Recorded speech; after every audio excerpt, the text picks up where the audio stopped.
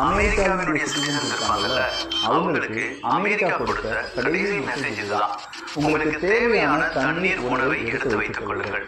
அமெரிக்காவினுடைய எம்பசி அப்படிங்கிறது கீழே தற்காலிகமாக மூடப்படுகிறது. இந்த செய்தியை சொன்ன பிறகுதான் உக்ரைன்ல போர் பதட்டம் அப்படிங்கிறது அதிகரித்ததற்கான வாய்ப்புகள் ஏற்பட்டது.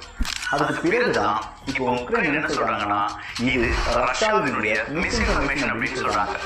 இது ரஷ்யாவினுடைய மிஸ்இன்ஃபர்மேஷன் இருந்தது என்றால் அமெரிக்கா அவங்களுடைய தூதரகத்தை உக்ரைன்ல ஏன் க்ளோஸ் பண்ணணும்?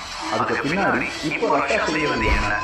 ஒரு வீடியோ பார்த்துட்டோம். இது இரண்டாவது காணொளி.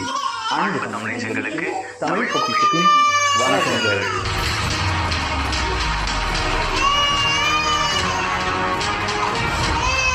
அமெரிக்காவுடைய எம்பசி கீழே இருக்கு, உக்ரைனுடைய தலைநகரம். அதை மூடுறோம் அப்படிங்கிற அறிவிப்பை கொடுக்குறாங்க அமெரிக்கா. காரணம் என்ன அப்படின்னு பார்த்தா,